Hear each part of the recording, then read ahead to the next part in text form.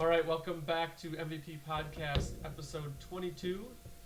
We've got Mitch here, who's an investor in southeastern Wisconsin, which is, I think, our first investor Yeah. in southeast I was going to Wisconsin. say, I totally got the feels today when talking to him. I think he might be my new best friend. I mean, other than Mr. Marcus, of course. Obviously. Duh. And your husband. You And got it. my husband. Well, he's just married to me. He has to be. Oh, okay. So Mitch talks a lot about his start and how he got going, goes into basically how his company is run, how he's transitioning into like the next phase where kind of went through a growth and then tried to pull back and now he's developing again. So very, very insightful, very inspiring story from him. He's on a great path. Definitely somebody to reach out to watch, ask questions. He's very open. We're going to leave a lot of his information in the show notes. So if you are on the fringe and want to get started, he is a great resource for you, and I'm glad to have him on the show.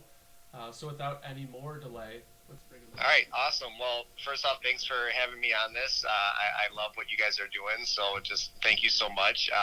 My name is Mitch Ferraro. I am a real estate investor located in Kenosha, Wisconsin. And I had, before I got into real estate, I've been doing real estate investing for full time for about 7 years. And before I got into real estate, I was a graduate of UW Milwaukee. Actually, I graduated with a degree in kinesiology. That's funny. That's actually what I wanted to get into. I was going to say, you two would be perfect My together. university didn't offer kinesiology, so I had to do psychology. Oh. Oh, wow. Okay. I yeah, dated somebody who is in school for kinesiology, too. But Yeah, and I swear, like, whenever I tell people that, they're like, wait, like, are you just making that up? Like, is that, like, an even real thing? Like, yes, it's the study of human movement. Yes. And, so what I was going for is when I went into college, I played hockey my whole life, still play hockey, big hockey fan, Oh love my playing goodness. golf, things like that. And I got into kinesiology because I was going to go into physical therapy. So, so then once I started my undergrad, I then decided right after my undergrad, instead of going to because they actually changed the program, ready to go get your doctorate program for physical therapy, I actually got into the workforce right away. And I had an internship at a company called Quad Graphics, which is a large print company. They print, they're a manufacturer of print, so they print like Sports Illustrated, Time Magazine. And A I little was in small company located in Wisconsin. yeah, just a little bit. Yeah, they are they are very big. They're one of the largest printers in the world, actually. Are they And really? Yes. I had no idea. I'm not from Wisconsin originally, so this is all foreign. Yeah. So they're, like literally so like all your Sports Illustrated magazines, all your Time magazines, all of your like tabloid, like OK magazine, they print that actual product and they ship it out to all the newsstands and all that stuff. So, wow. so I was there for right out of college, and as time went on, I just absolutely hated it. I hated the corporate structure. I hated the bureaucracy. I was in the industry that I was in. There wasn't a lot of younger people in the industry because it's the print industry. So, with everything that goes on with technology these days, I just felt like there wasn't a lot of like innovation and people wanting to like move forward. It was always like, oh, you don't know what you're talking about, and you're the young guy. So it was like really crushing like my soul. I felt like, and it was like one of those things where I would come home and my wife Nina and I have two children, 9 and 6-year-old Rome and Sasha, and I'd come home and my wife would just be like, you got to find something different. Like I was just like demoralized. It felt like so. Randomly one day, kind of funny enough, I was at work on my lunch hour and I was like on LinkedIn and I saw this program. This guy named Than Merrill, who is the owner of a company called Fortune Builders, and it's an educational program. They were coming to Milwaukee. So I decided it was like a 3-day seminar, And I went to it, and oh my God, did they know how to high pressure sales you very, very well. Like, you know, it was like, you need this. This is what, you know, if you want to change your life, this is how you do it. And it's real estate, and it's real estate investing. And we teach you wholesaling and building your rental portfolio and flipping and all these different things, raising private money. And it's so funny because I went to the seminars, and I came home like on the second day, and I was like to my wife Nina, I was like, we have got to do this. Like, this is what it is. And my wife was like, you're crazy, you're nuts. And the funny thing about it is that typically it's like a role. This is a role reversal for my wife and I. My wife is always like, go, go, go. Like, we're doing it. And I'm always like, whoa, time out. We need to analyze this and get some more details and all that good stuff. So, finally, you know, after, like, I still remember the night that we were having the conversation. It was like we were crying and laughing and having a good time, like just talking about life. And we finally made the decision that we were going to go through with it, but it was a large amount of money. We had to invest $25,000 to get into this program.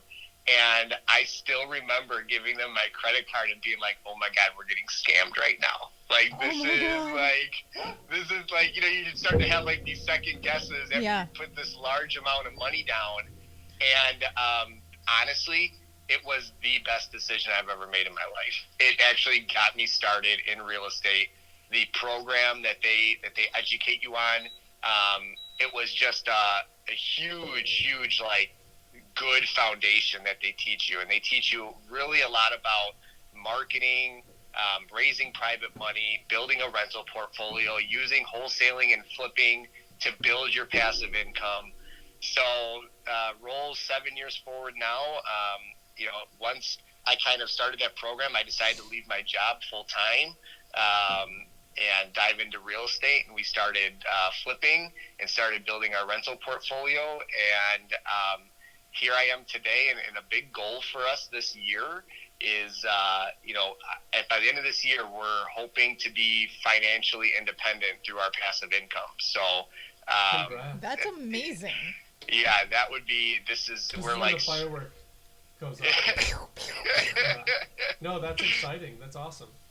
Yeah. So that is a huge goal for us, and one of the biggest goals in this second half of this year, along with being financially independent, is we want to start funding deals. So start being private money lenders on real estate deals. So that is something that is just really exciting for us. Like, we are really starting to see all the fruits of our labor over the past 7 years, because there's been a lot of ups and downs. My wife left her job a couple of years ago to come into our business full time, so we're both full time into real estate. And but it's been, you know, the flexibility. Like, every morning I see my kids go off to school.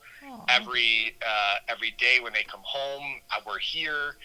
We have our office here in our house.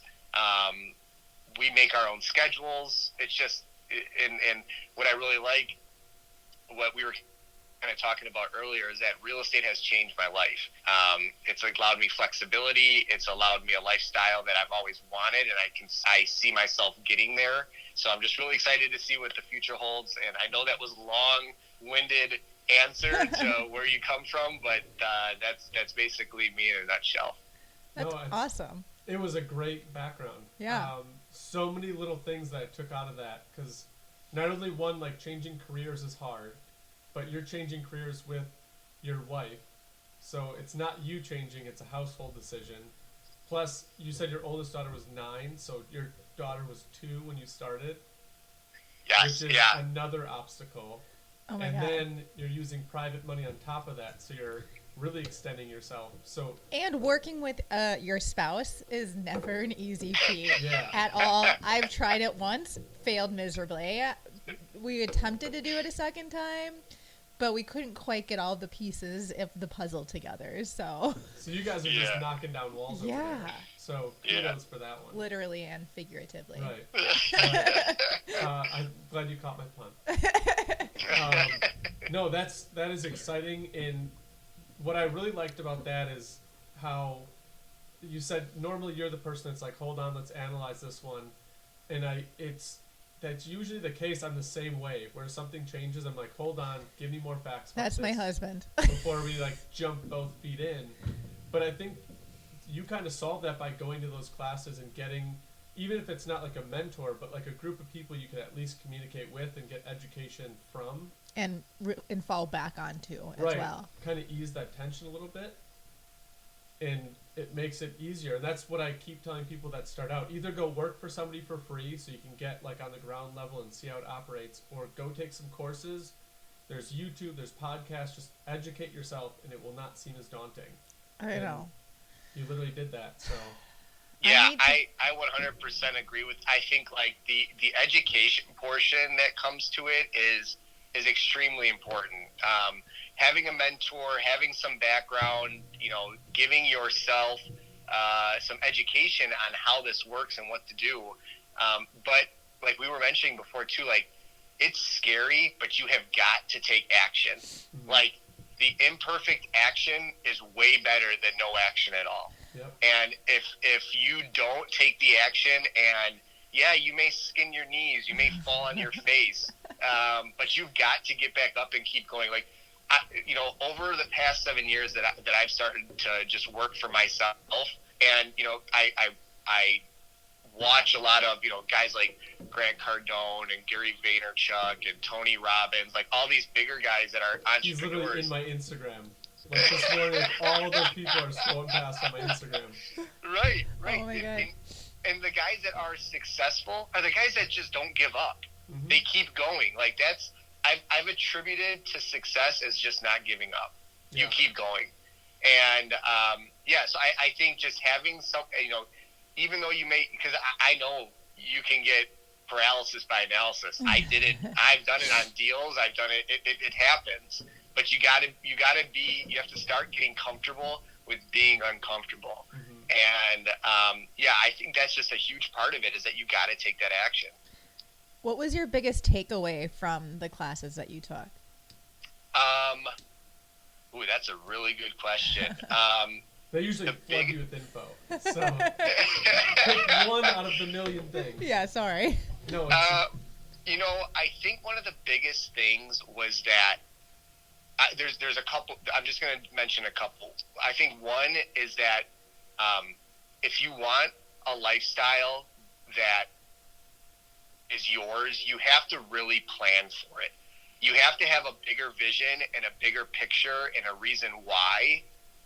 To then, that's where you develop your business around that.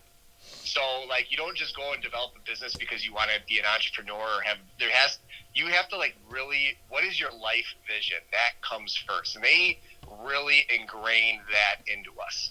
Like, what does 10 years down the road look like for you? What does 15 years? What are some of the biggest dreams and goals that you want to hit in your lifetime?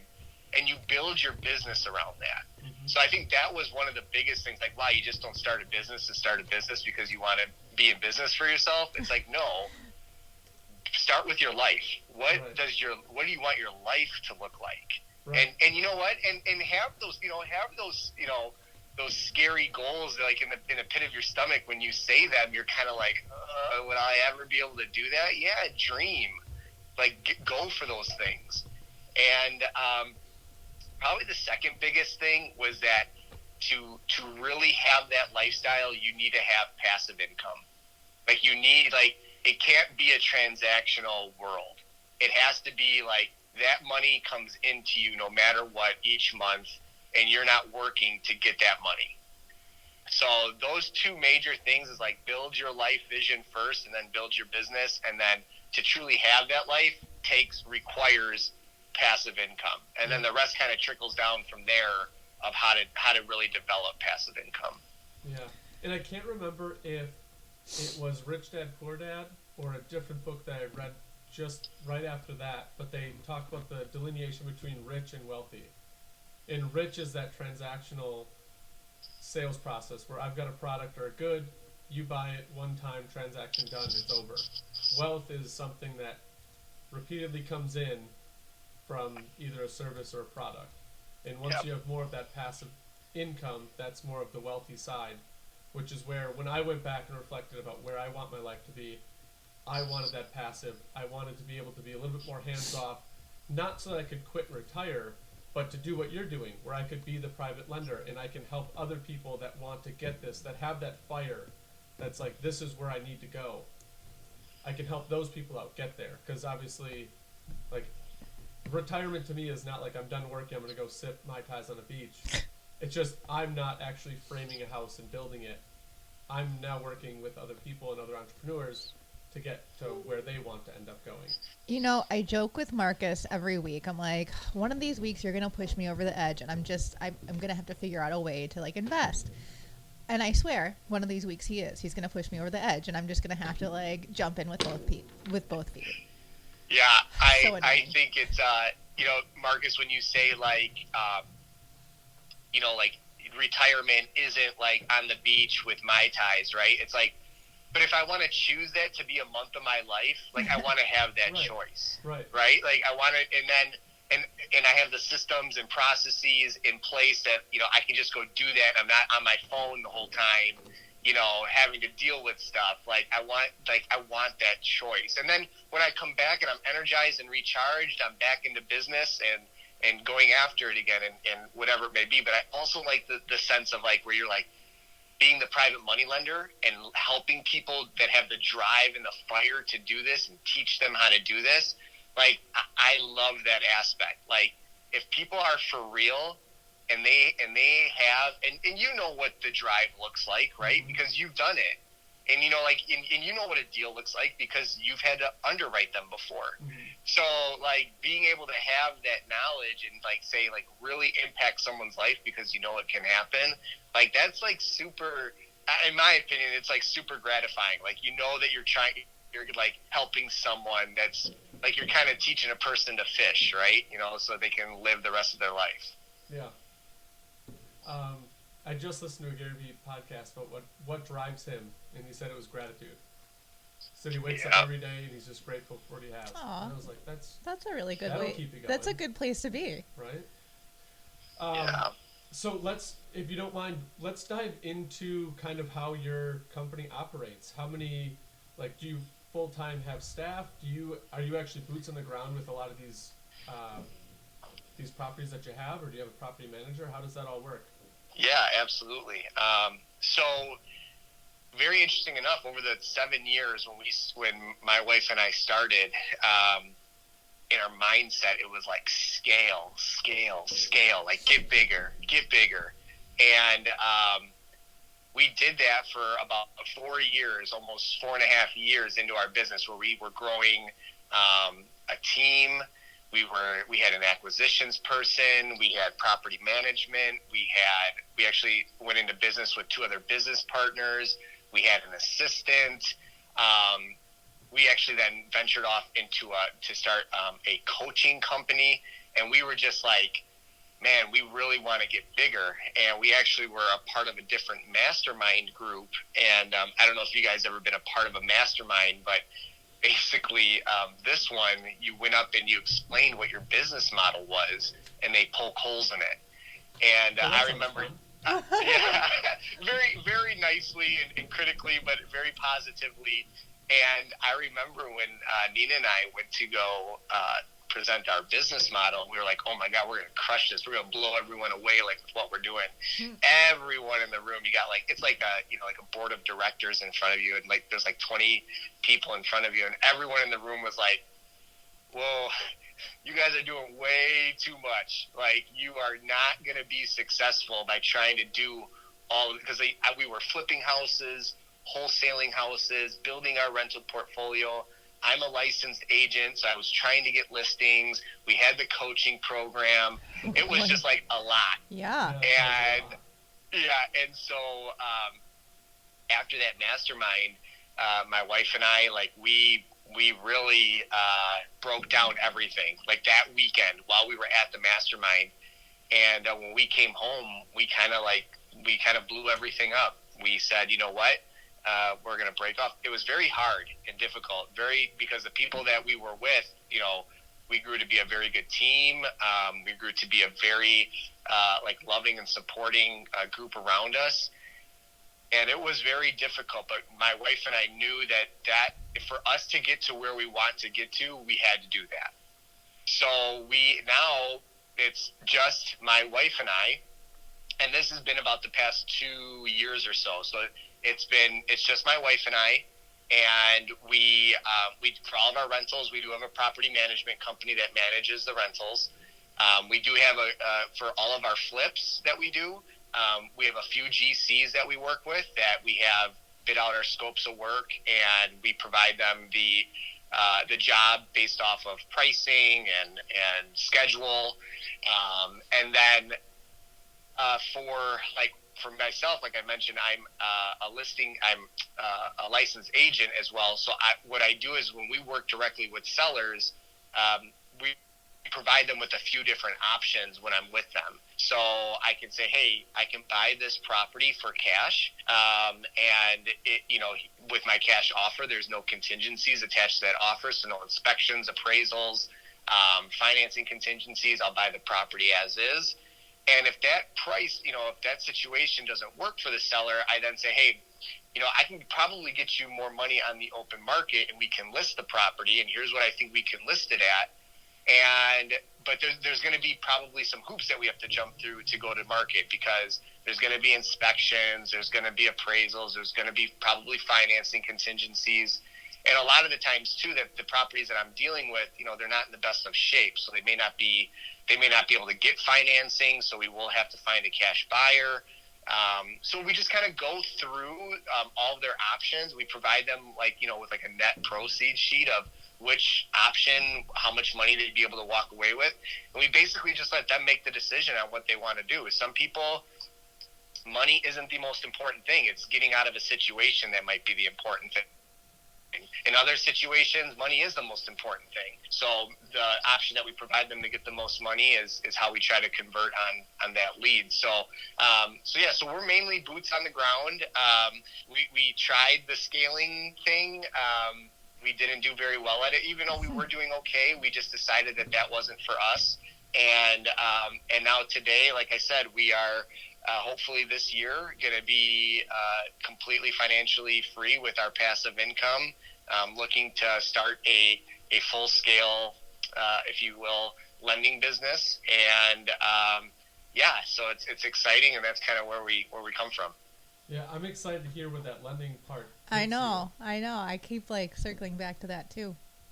Go ahead. Oh no, I'll let you finish. Yeah, I was just going to say on the lending side. So in our business, we've always used for all of the properties that we renovate and sell.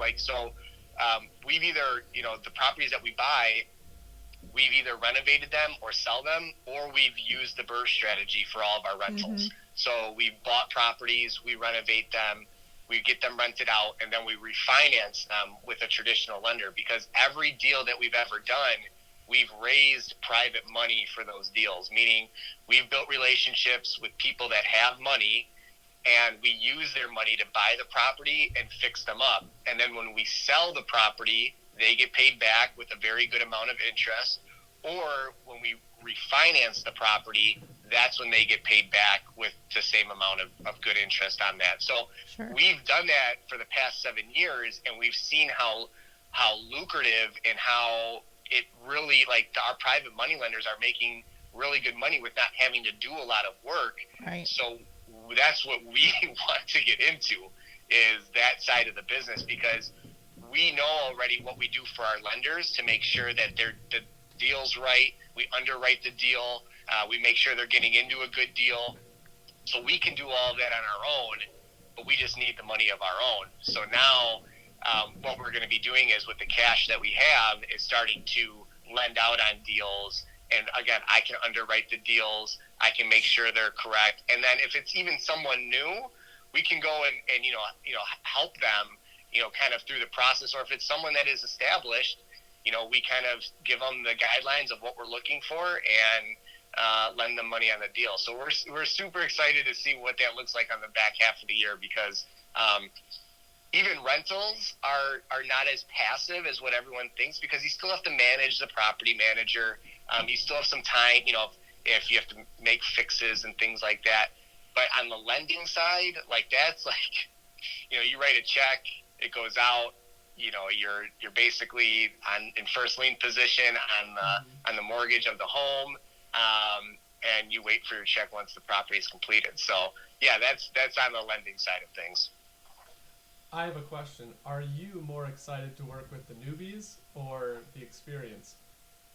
Ooh, I think what I want to start with the experienced people, because I know, because of the relationships I have with those people already. Like, I know if I'm lending the money out, starting off, that feels more secure to me. Yeah. But as I realize how that business is ran, and I can start feeling more comfortable working with people that are greener, that's exciting, because now you're talking about, you want to help change someone's life. That's how you can help change someone's life. Oh, that just gave me all the warm and fuzzies. All right. But that makes perfect sense as you're trying to start into something new, even though it is real estate. And you're really one position removed from where you were before. It's a whole different aspect of how to look at the deal that maybe it'll help with an experienced person in there. There's less variables, I guess, with someone more experienced.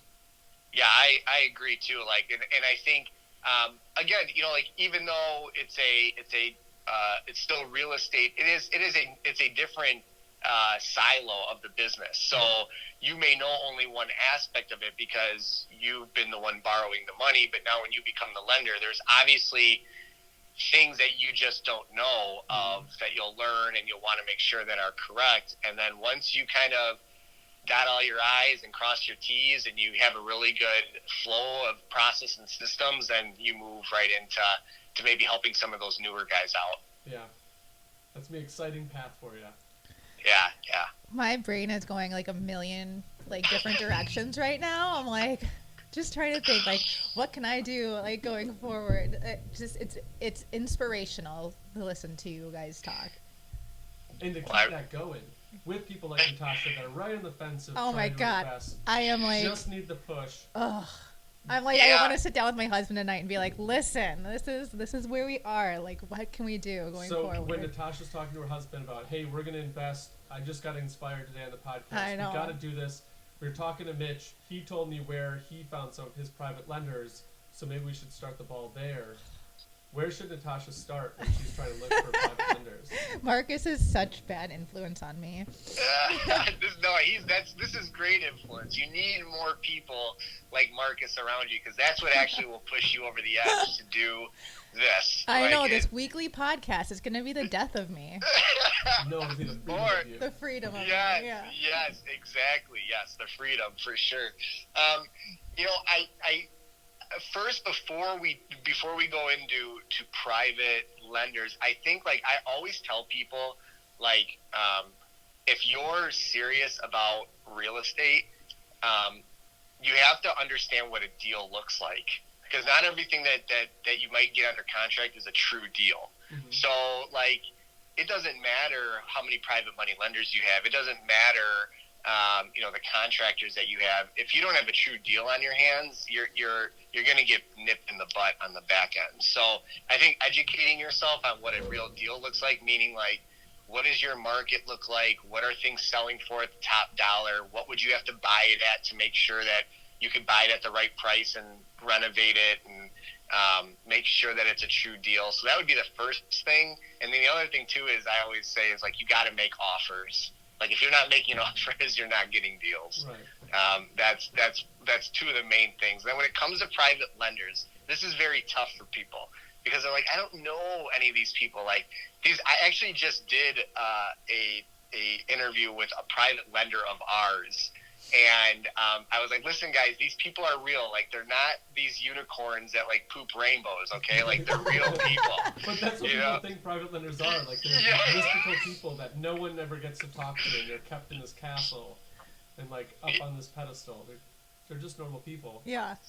Yes, they are. So I run a group called Southeastern Wisconsin Real Estate Investors Group on Facebook, and I host these these networking meetings, and recently we've been doing them on Zoom because of the pandemic. And I've ran 3 of them so far, and there have been 2 or more private money lenders in those networking events, and they say that they're like, yeah, I lend money out. If anyone ever has a deal or whatever. It's so funny because, like, I literally on those calls, I'm like, guys, whoever's looking for private money lenders needs to contact this guy right here, get his information, take him out to lunch, wine and dine him a little bit, get him to know who you are, and start building that relationship.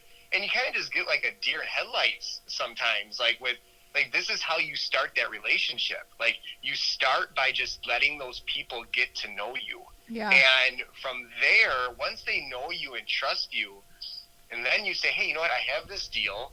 Would you be interested in lending on it? It's not like it's a cold call. Right. This person already knows you. They already understand, like, who you are. You've explained to them what you're trying to do. So I mean, it's one thing to lend money to, like, Joe Schmo. It's another thing to lend money to, like, your buddy or, somebody that you have a relationship with. That's 100% correct. And that's like the thing too, where I think people kind of say, well, I don't have a deal, so why would that person be interested? Well, listen, just get to know you're both human, you both want to interact, you're both in real estate, like, just get to know someone. Like, that's like the biggest thing. When it comes to the lending side, it's all about relationships, period. Like, you gotta have good relationships with people. And I think if you're looking for them, networking events are a big one. I think, like, going to, Facebook and social media, like, getting out there and letting people, being vulnerable and letting people know that you're looking for lenders, that you're looking for people that might be able to lend on deals. Like, yeah, that may be awkward or maybe tough, but it's stuff that needs to happen so you can start building those relationships. Yeah, and it is very awkward because I think from, like, a young age, we're taught never to ask for money or never don't ask talk for about money. handouts. Yeah. And the one thing is, like, it's not a handout. I'm going to pay you. I'm going to pay you to borrow your money. You're going to pay me substantially to borrow the money. Yes. So, yeah, it's an awkward, I guess, cultural norm where we're not supposed to ask for money, but it's amazing when you get over that fear of doing that. Like, you're running a business, they're running a business. It's not a personal, hey, can I have $20 to go get lunch? Like, right. I'm trying to generate you money. It kind of takes that fear out of it, at least it did for me, where I could go out and actually ask people for money. Yeah. I'll say it's right. Like, I've got a big smile on my face, like, as you're talking, because I love talking about money with people. Like, it's very taboo, right? Like in our culture, like, I remember growing up, I'm your typical millennial, right? I'm 35 years old. Hey, wait a minute. Hold on. We do not need to admit that we're millennials, okay? Like, let's just pump the brakes there. Yeah, but I'm one of those guys, and I like, my parents are blue-collar workers, okay? Like, they are tough workers. My dad just retired. My mom's still working. Like, she's almost retired. And I remember growing up being like, oh, like, how much money do you guys have in your bank? Like, no, we don't talk about that. Right. Like, that was like a big no-no. And then I think, like, once I started getting into real estate and I started understanding how to raise private money, it became one of these things that I really enjoy talking about, because I know that the service that I'm providing someone to help them make money is a really true good service. And I think like just being able to talk to people about that and educate other people that it's okay to talk about, like you said, you're not asking the guy for $20 for lunch. Yeah, you may be asking the guy for $100,000, but he could be making $5,000-$6,000 in 6 months on that money with hardly having to do anything. Yeah. So and when I'm talking to people that have that kind of hiccup of, like, yeah, you're gonna have to go to private money, and they're like, well, that seems weird. I'm like, well, if you were them and you had $100,000 to lend, not like deplete your bank account, but you had $100,000 to lend out, and just for having it out there for a month or two, you made $6,000. Would you do it? And they're like, yeah. And I was like, what do you think they're thinking? Like, that's what they're thinking. I don't have to do anything. I just have to give you money, and you're going to give me $6,000? Fine. Yep. So. Yep. And And I think too that the hard mechanism so once they understand that, they're like, well, how do I get a deal then that I can plop in front of them that would be able to make them that kind of money? And that's a tough part because the deals are hard to find. Yep. So like there's all of these different aspects that come into it, but I'm telling you, there is a switch that happens, and once it happens, things start to fall in place a lot more. And again, it comes down to the action part, right? Yep. It comes down to having those conversations, making offers on properties, going to networking events, feeling uncomfortable, all those types of things. Yeah. And I know you've said Burr, so I'm assuming you listen to Bigger Pockets. Yeah. When I was early on, I was in a sales job, so I was like, I'm getting into real estate. I don't have anything to my name. I don't have time for it, but I'm getting into real estate. So all I did was listen to podcasts all day. Mm-hmm. And one of the first, and thankfully it was one of my first ones listening to it, they said, it doesn't cost you anything to listen to this podcast or to go analyze a deal, so go do it. If you want to get into real estate, go do it. It's going to cost you your time. But right now, you're not really happy with your time anyway, so let's do something to change it. And I was like, perfect. Every second I was in the car, it was podcasts, like 3.5 hours a day. Still is. I know. And then, like, I would go home, I'd put my son to bed, I'd jump on the computer, I'd analyze 10 properties in a night. So, I mean, that's what I tell people that want to start. I'm like, hey, Bigger Pockets is a great way to start. They've got 500 and something episodes. Handpick ones that you want to listen to. And they have a website where you can actually go on, and it's got a calculator put into it. Go analyze 15 deals, come back, and we'll talk about it. It's not going to cost you any money to do it. You just got to get started. Your mind's got to start working that way. And it's going to feel more comfortable, and then you're going to get into a little system where you just repeat it over and over and over, and things are going to go. Yeah, I 100% agree. Like it's with anything new, you have to get used to just doing that over and over again. Like, I think one of the things that really helped me in the beginning was I had mentioned before that, I've played hockey my whole life. And like when I started out at 5 years old, I just wasn't this little hockey player going around. I first had to learn to skate and then learn how to go forward and then backwards and then stop and then put a hockey stick in my hand and then shoot. And so there's all of these steps that go into it. But as you continue to do it over and over and over and over and over again, you get better.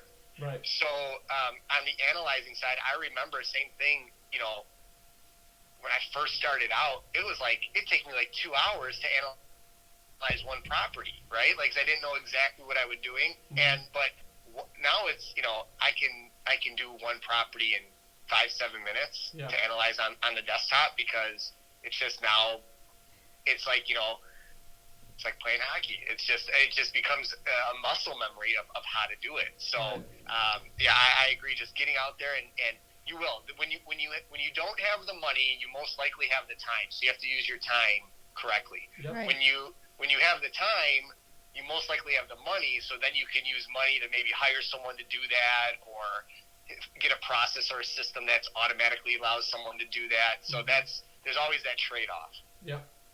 Have you ever read Outliers? Oh, my wife has. I have not, but she has told me about Outliers, and there's actually a specific hockey thing in there about the birth dates, right? Yeah. So they found out that people born between January and March were more likely to make it into the NHL, because with where their birth date fell, they weren't able to play down with their age group, so they actually got pushed up to the next age group. So it's like 5-year-olds playing against almost 7-year-olds. Oh. I guess in theory. So and then it talks tougher. about location and where these people came from. So it's like if you go through the NHL roster, majority of the people are born between January and March or January and April, and they're from like one cluster of the U.S. because that had like the higher exposure. Is it like the Northeast cluster? I think it has to be the Northeast, like including the Toronto, Midwest area. It's funny, Mitch. You're talking about hockey and everything, and my long time ago ex-boyfriend was a hockey player, and he was studying kinesiology. So So, and like we were super serious. Like I remember, because I was a photographer, I would go to all of the hockey meets and take like pictures of them playing hockey, and it's so funny that full circle. Yeah. That is so cool. Yeah. When my wife had read that, she said, you got to read this book, because I mean, I'm looking at books everywhere right now, like on our nightstand. Like we got books like everywhere, and I just haven't gotten to it yet. But she told me about that, and just my experience playing, it 100% makes sense. Yeah. Like it just it's one of those things where it's like, hey, if you're in a certain area and that like kind of essentially like breeds hockey players, Right. Like where's everyone going to go? They're going to go to that area. And if they're born in a certain time frame that allows them to be more developed at a certain time, right. I mean, it just made a lot of sense. For sure. And I played hockey in my early years, but all of those instances that they talk about, the outlier that made it, or the group of people that made it, it came down to exposure and basically challenging yourself. So those younger kids had to challenge themselves to go play with the big boys. Yep. And everybody had to be as exposed as they could in that world for them to develop. It's the 10,000 hour theory, plus like a little bit of a push, like a challenge. So if I expose myself and I go up and I play with the big boys, like I'm either going to fall in line or I'm going to take a step back until I try it again. Mm-hmm. Yep. But that's the stubbornness in me, where I'm just going to keep beating my head against the wall. Yeah. and listen, right? Real estate's no different. Right? It really isn't. I mean, you're going to have to go and try, and because there's going to be people that are experienced in this, and this is what I really like about real estate too, is that those guys that are experienced, like, I know if anyone has questions or has any, they are just having a tough time connecting something, like, those guys will be mentors. Like, they will help other people, like, get to the guys that have the right mindset know that there's no scarcity here. There's an abundance out there that you can help people. And I'm a true believer, like the more that I just give and give and give and give, I know I'll get that in return somehow at some point. Absolutely.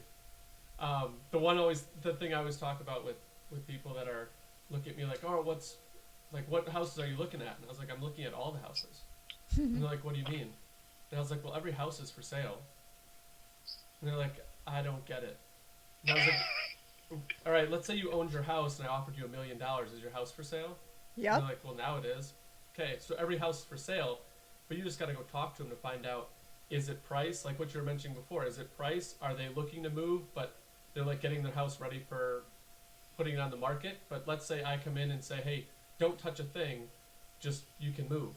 And I'll rent it back until you want to move. Like everybody's situation is different, but every house is for sale. You just got to find out what their pain point is. It's so funny. Around our neighborhood here, I can almost always predict when a house is going to go up for market, because they'll be making like specific like modifications to their home, or adding siding, or like doing something else, and I'll be like, that house is going to go up in the next month. And my husband like looks at me like, what are you talking? What? And I was like, it's going to go up in the next month, and then boom, for sale sign. And I'm like, told you. Yeah.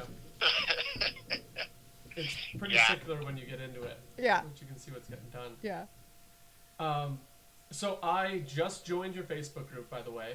We're gonna put that link in the show notes, because we're coming up on an hour, and I would love to keep talking to you. We're gonna have to have you back. Oh my gosh, absolutely. I want to see what goes on with this lending. I know. Oh yeah. I'm so excited about that. But I get yelled at if the show goes over an hour.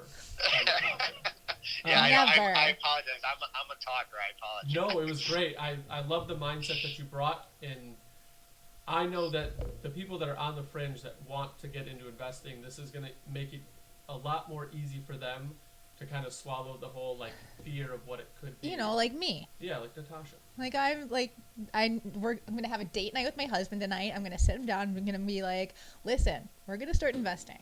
Not sure how yet, but we're going to. That's the first step. Yeah. So we're going to leave the Facebook group in the show notes, but also, can you give us the name of your podcast for anybody that wants to listen to it? Yeah, actually, it's not podcast. Just follow me on Facebook. I post everything on Facebook. My page that I have for myself personally is a public page. It's just Mitch Ferraro. and I post all of the recorded Zoom. They're just recorded Zoom calls, and they're just like this. They're just conversations with other real estate professionals. And I also post all of them on that Southeastern Wisconsin Real Estate Investors Group page. You can find me on Instagram at remitchie5. And I mean, again, and just so you guys know too, like, use me as a resource. You, Marcus, Natasha, like literally, like use me as a resource. I will. I'm very open to all of that stuff, and I really just appreciate the time today and having me come on and talk with you guys.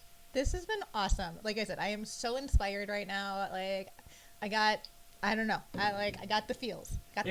I like that you're local. You're in Kenosha. We've had investors from across the U.S., a couple from Canada, some from the Northeast, but very few investors from actually Wisconsin, Southeast Wisconsin. So I will definitely be reaching out. We'll definitely grab some lunch at some point. Yes, I know. Yeah, absolutely. When you're not helping out at your daughter's school. Yeah. I didn't want to leave it out of the show. Like, what you've done the past 7 years is allowing you to be able to to go in and help at your daughter's school, which is awesome.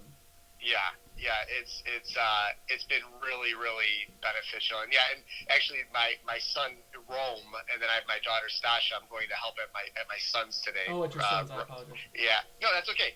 But and Natasha too. Like, I just want to let you know, like, you're gonna be in the beginning. It is drinking from a fire hose. Okay, it just is a natural part of the process. So, like, all of this stuff, like, you're like, oh my God, there's just so much information. That's just how it goes in the beginning. And just know that that's like, everyone goes through that. I mean, the good thing is I deal with you realtors on a daily basis, so I can handle it. All of you. People. What do you mean, you people? You people. I tell you, it's like herding cats, these realtors. Like, whew. It keeps me on my toes. It keeps me busy. And that's one other thing I'll say too. I do think having your license is very beneficial to being in the investment side, because you got to have that MLS access. I lost it for a little bit when I was changing brokerages, and I hated it. I believe it. It was frustrating. And then, like what you said before about how you're able to go in and say, hey, here's my cash price, but if you don't like my cash price, I can also help you put it on the market. Yeah. It just adds another level. Yeah. Yeah, you're just trying to convert on that lead. That's all there is to it, one way or another, and just be that solution provider for that seller. Right. No, it's said perfectly. Love it. It's a great way to end it. I love it. Be the solution. Yeah. Yes, that's right. Yep, absolutely. Well, awesome. guys, I really appreciate it. Thank you so much. I will be getting a hold of you very shortly. Yeah, we'll send you a copy of the show to use for whatever you want to do. We're going to cut this out of the show. But we're going to send you the podcast file so you can use that with which way you want to. And then we'll put all of that information that you just said about Instagram, Facebook. Is there an email that we should put on there? Yeah, you can just put Mitch at familylegacyre.com. I love that domain. Oh, thank you. Yeah, that was that was from the very beginning. We were always trying to think, and we were just like, you know what? We're trying to build a legacy, right? So let's just be a family legacy. I love it. That's really sweet. You're giving me goosebumps. Good. That's awesome. I love inspiring others. I really do. So many similarities. My company's named, like, it's MVP, but my son's name is Miles Vincent Perleberg. So, cool. Named after him. So leaving the legacy on that one. I got nothing. That's really cool. I just hope he's into real estate, because if he's not, whoops. I got nothing. Mine's named after me, so... You know, it's funny, from like an educational standpoint, like I always tell my kids, I'm like, listen, college, schooling, like, you guys be you. I will support you no matter what, but you will be getting into real estate. Like, that's one thing I'm going to force you into, because you need to understand this tool and use it somehow in life, because it's a no-brainer in my book. Mm-hmm. I love it. I can't remember who said it, but there was somebody that said we started going backwards when we talked about school as education, or we confused the two, education and schooling. I think that Katie Mild. Was that who it was? And I'm butchering the. Yes, the because they took like using a checkbook out of the classroom, and then they just added arithmetic. Yeah. So. Like, yes. Honestly, like that could be a whole other podcast for us about the educational system. Like that would be a fun one. That would. I'm a huge public school proponent, but I just hate how they run it. Yeah. Like it's not, to me, they're very cookie cutter. Yep. They're trying to make. This is going to be a lunch talk. Yeah. Because I've got some ideas. All right, great. We'll get sandwiches and we'll sit down and we'll chat. Perfect. Yes. All right. I know you guys got to go. I apologize for keeping it going, but thank you so much for being flexible. Yeah, no problem. Our pleasure. Enjoy this afternoon. Enjoy your weekend. Perfect. Well, all right, guys. Thank you so much. Thank you. We're going to talk to you very soon. All right, guys. See ya. Bye. Bye. Bye-bye.